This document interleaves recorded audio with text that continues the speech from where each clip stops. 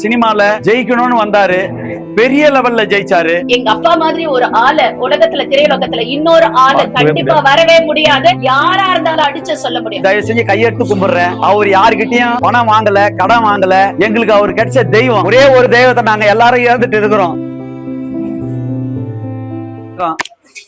சென்னை, காஞ்சிபுரம், திருவள்ளூர் மாவட்டத்து தமிழ் திரைப்பட தயாரிப்பாளர் சங்க விநியோக சங்க தலைவர் திரு நடிகர் கே ராஜன் அவர்களுடைய பையன் பேசுறேன். என் பேர் சுரேஷ் ராஜன். அவங்க அவருடைய பொண்ணு ராஜேஸ்வரி அன்பு. நாங்க இப்ப அப்பா இருந்தது சினிமாக்கு, தொழிலுக்கே லாஸ், சினிமாக்கே லாஸ். இவ்வளவு பெரிய மகா ஜாம்பவான இழந்தது சினிமா திரையுலகம். அவரை மாதிரி யாரும் வராது. அதனால இது என்ன ஒண்ணு இப்போ சரி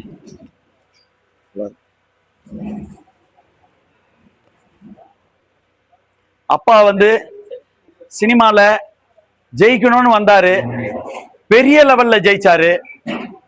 விநியோக சங்கத்துல இப்ப தலைவரா இருக்கிறாரு. அவரு பத்தி தப்பு தப்பா ஏதோ போட்டாங்க. எந்த இதுலயும் அந்த மாதிரி தயவு செஞ்சு கையெடுத்து கும்பிடுறேன். அவர் யாருக்கிட்டையும் பணம் வாங்கல, கடன் வாங்கல. தயவு செஞ்சு இதை புரிஞ்சுங்க, தப்பா போடாதீங்க. அவர் பணம் தான் 20 கோடி ரூபாய்க்கு தயாரிப்பாளர்கள் கிட்ட இருக்குது. சின்ன தயாரிப்பாளர்கிட்டையும் பெரிய தயாரிப்பாளர்கிட்டையும். அதுக்கு உண்டான எவிடன்ஸ் எல்லாம் என்கிட்ட இருக்கு. என்ன யார் யார் வாங்கினது அதை தமிழ் திரைப்பட தயாரிப்பாளர் சங்க தலைவர், இப்போதைய தலைவர் திரு தமிழ்குமரன் அவர்கிட்ட சொல்லி இருக்கிறோம். ஏற்கனவே அப்பாவும் கம்ப்ளைண்ட் கொடுத்துருக்குறாங்க. விநியோக சங்கத்திலையும் கம்ப்ளைண்ட் இருக்கு, இதுலயும் இருக்கு யார் யார் கொடுக்க வேண்டியதுன்னு. அதனுடைய நடவடிக்கையை எடுப்போம். அப்பா கடன் 10 காசு கூட யார்கிட்டயும் வாங்கல. அவர் பணம் தான் 20 கோடி கிட்டத்தட்ட மத்தவங்க கிட்ட இருக்குது. அதுல மன உளைச்சல் ஆகிதான் யாருமே 10 காசு கூட கொடுக்கல, போனும் எடுக்கல. பண்ணா இவ்வளவு பெரிய ஜாம்பவான்னு அவர் போன் பண்ணி யாருமே எடுக்கல. எடுக்காததுனால மன உளைச்சத்திலேயே ஒரு 2 வருஷமா இருந்தாரு. 2 வருஷமா அதை அப்படியே இருந்து 3 தடவை அட்டாக் 3 தடவை நாங்க இப்போ 4 நாளைக்கு முன்னாடி தான் அப்போலோ ஹாஸ்பிட்டல்ல பேஸ் மேக்கர் வச்சு நாங்க வந்தோம். நல்லா இருந்தாரு 2 நாள். திடீர்னு இந்த மன உளைச்சல் திருப்பியும் போன் பண்ண ஆரம்பிச்சாரு. யாருமே எடுக்கலன்னு சொன்ன உடனே மன உளைச்சல்ல இந்த மாதிரி அப்பா பண்ணிட்டாரு. அது திரையுலகத்துக்கு தான் லாஸ், தவிர இது இல்ல. கொடுத்தவங்க இதெல்லாம் பார்த்துட்டு எங்களுக்கு, எங்க குடும்பத்துக்கு திருப்பி கொடுத்தா நல்லா இருக்கும், உதவியா இருக்கும். அதே மாதிரி எல்லா மீடியாவையும் கையெடுத்து கும்பிடுறேன். அவரை பத்தி தப்பா எழுதாதீங்க. யாரை வேணாலும் கேட்டு பாருங்க. அவர் எத்தனையோ ஏழைகளுக்கு படிக்க வச்சிருக்கிறாரு. காமராஜ் மெட்ரிகுலேஷன் பள்ளியில படிக்க வச்சிருக்கிறாரு. அவரை மாதிரி யாருமே வர முடியாது. எங்களுக்கு அவர் கிடைச்ச தெய்வம். ஒரே ஒரு தெய்வத்தை நாங்க எல்லாரும் இழந்துட்டு இருக்கிறோம். அதனால நல்லபடியா எங்களுக்கு எல்லாத்தையும் பண்ணி கொடுங்க. தப்பா எழுதாதீங்க தயவு செஞ்சு. நான் கேட்டுக்கிறேன், காலை தொட்டு கேட்டுக்கிறேன். பழைய வண்ணாரப்பேட்டையில பிறந்து மாயாஜாலமான திரையுலகத்துல ஜாம்பவானா இருந்த ஒரே ஆள் யாருன்னா என்னுடைய அப்பா தான். ரொம்ப பெருமையா சொல்ல முடியும் எங்களால. எல்லாரையும் எதிர்த்து கேள்வி கேட்டவர், திருட்டு உயிரையே பணைய வச்சு போராடியவர், தன்னுடைய டாக்ஸா எதுவா எந்த ஒரு பிரச்சனை உரிமைக்காக போராடியவர். எல்லா ஹீரோஸும் பணம் ரொம்ப வாங்குறாங்க, ப்ரொடியூசர்ஸ் எல்லாம் கஷ்டப்படுறாங்கன்னு நினைக்கும் போது தயாரிப்பாளர்களுக்காக கூட இருந்தாரு. டிஸ்ட்ரிபியூஷன்ல ஏதாவது ஒரு பிரச்சனை அவர்களுக்காக யார பத்தியும் கவலைப்படாத போன ஒரே தனி சிங்கம் அவர். இத பத்தி தேவையில்லாத எங்க வீட்டுல பிரச்சனை அப்படியெல்லாம் எங்க அப்பாவை நாங்க பார்த்து ரசிச்சவங்க, நாங்க பயந்தவங்க எங்க அப்பா உயிருக்காக. நாங்க அந்த உயிரை அவரு துணிஞ்சு இந்த திரையுலகத்துக்காக சமர்ப்பித்தாரு.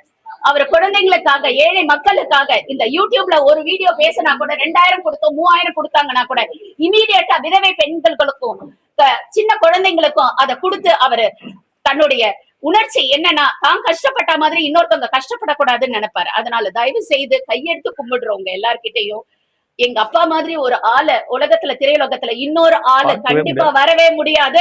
யாரா இருந்தாலும் அடிச்சு சொல்ல முடியும். அவரை பத்தி தயவு செய்து நல்லதா போடலனாலும் கெட்டதா போட்டு அவருடைய தியாகத்தை, அவருடைய உழைப்பை தயவு செய்து தப்பா கணிக்காதீங்க.